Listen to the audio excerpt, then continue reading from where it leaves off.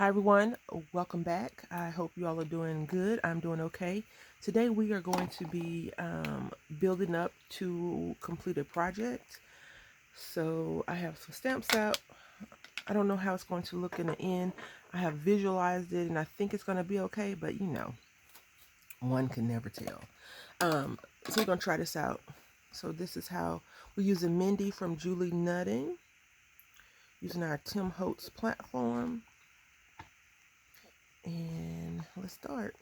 I'm using some book paper that I recently ripped out of a book. And I'm going to stamp her out about three or four times. I've only done this once or twice, once on camera. I can't talk right. I enjoyed it a lot. But today it's going to be a fussy cutting, stamping, cursing, smacking stuff upside the head. No, it's not going to be any of those. It's going to be a great day. Her dress didn't get stamped out. I love these stamps. When I first got into Julie Nutting, of course, everything that I get into is I'm behind. Well, I was behind when I first started crafting because I had just started crafting, right? So crazy, I know. I've been on the hunt, I tell you that all the time. I'm looking for like the older stamps. A few of the older stamps I don't have. And they are really, really harder to find than what you would believe. I'm going to stamp it out one more time because I want these image to be very, very crisp. I think on the next go, I will probably use my black soot because I feel like it just gives me a darker line.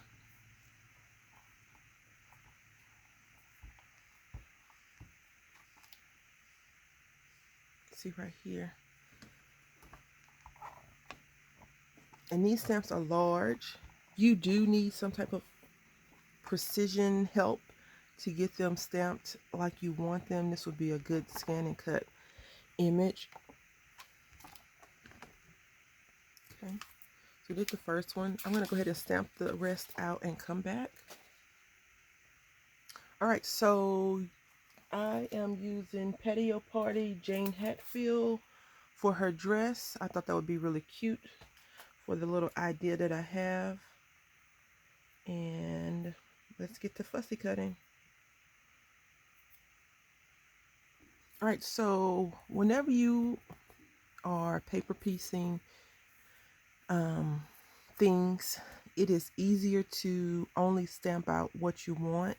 So like on here, I, even though she's tall or long, she's a full image, I only stamped out this piece. I inked up just the part that I wanted to stamp out.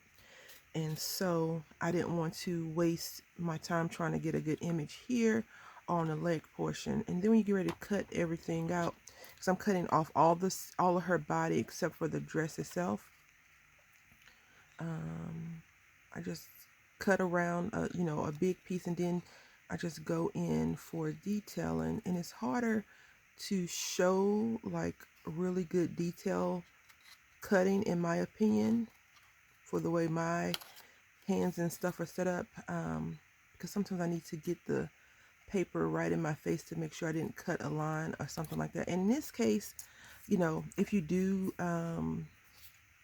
cut a line that you didn't mean to cut, you can always restamp it, or you can just keep moving.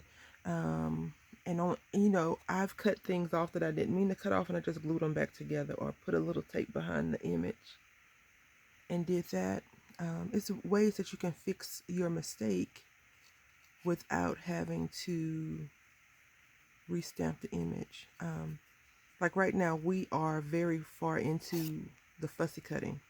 So I would be upset with myself if I went and,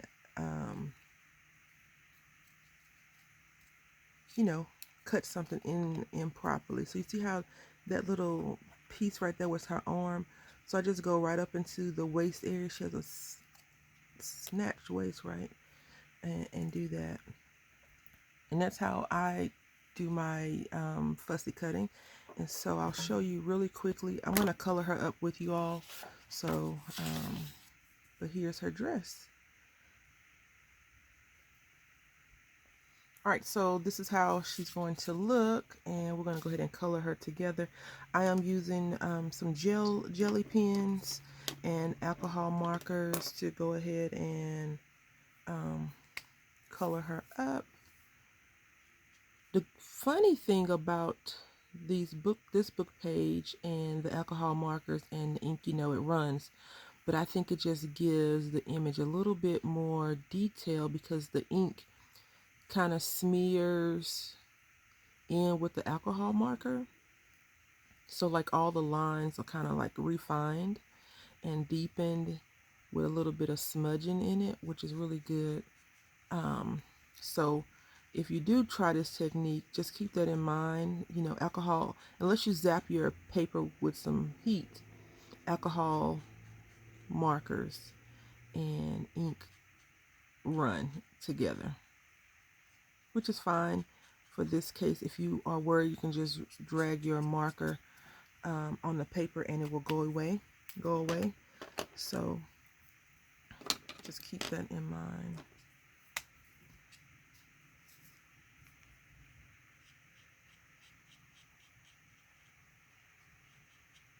So this is a quick little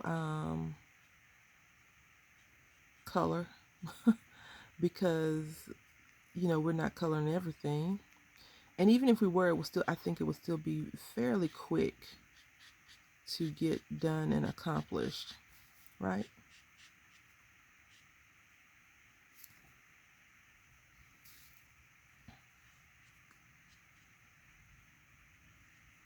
This is why I do enjoy alcohol markers. I like coloring pencils as well, because I feel like those are less expensive and you can get a lot more than some of the alcohol markers. Just got to keep that in mind.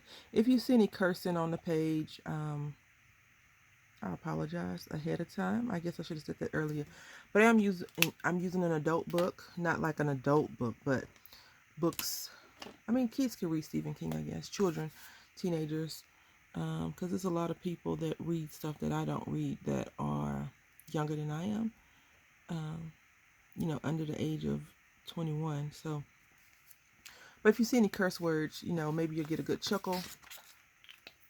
If you're not, then you can clutch your pearls. But I'm just letting you know that it's an adult book and it may have curse words in it. So right now I'm just coloring the shoes clear.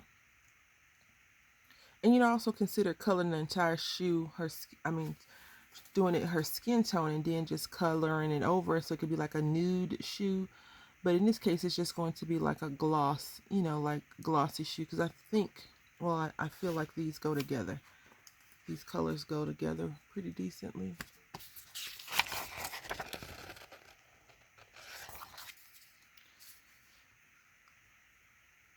At least they do in my head. And I did use that gold, which I don't like the gold pen much, but I used it. I chose to use it in her hair because I feel like her hair is just so voluminous, right? Voluminous. All right, so we got her all fussy cut out, and this paper is really, really fragile, okay? Not fragile like, oh, don't pull it too hard, but don't yank on it because it is thin. So if you wanted to reinforce this before you glue it down onto your project or whatever, you could definitely glue it down. I would recommend you glue it first before you fussy cut it out, and then fussy cut it. So you have that sturdiness. So, like glue it down, let it dry, and then fussy cut it. So we're just putting on her clothes. You remember paper dolls? I remember them. You had the little flaps. So this is how she looks. I'm going to put some glue right here. I had paper dolls growing up. I loved them. I used to try to make my own clothes for them. Worked out a little bit. Not always the greatest, but, Now paper dolls from when I was growing up to purchase now are really, really expensive. I actually saw a paper doll thing at the thrift store a few months ago, and I saw it a few times, and I was like, I should just go ahead and get this and take it home with me and play around with it, but I never took it home. Um, you know, some things you say you want and then you really don't. So I'm just gluing this. Now I did snip this after I told you about being careful. Um, if you do snip, you can just glue it back or whatever, tape it down. I did snip it a little bit too much into the clothing, but I don't think it's going to be a problem.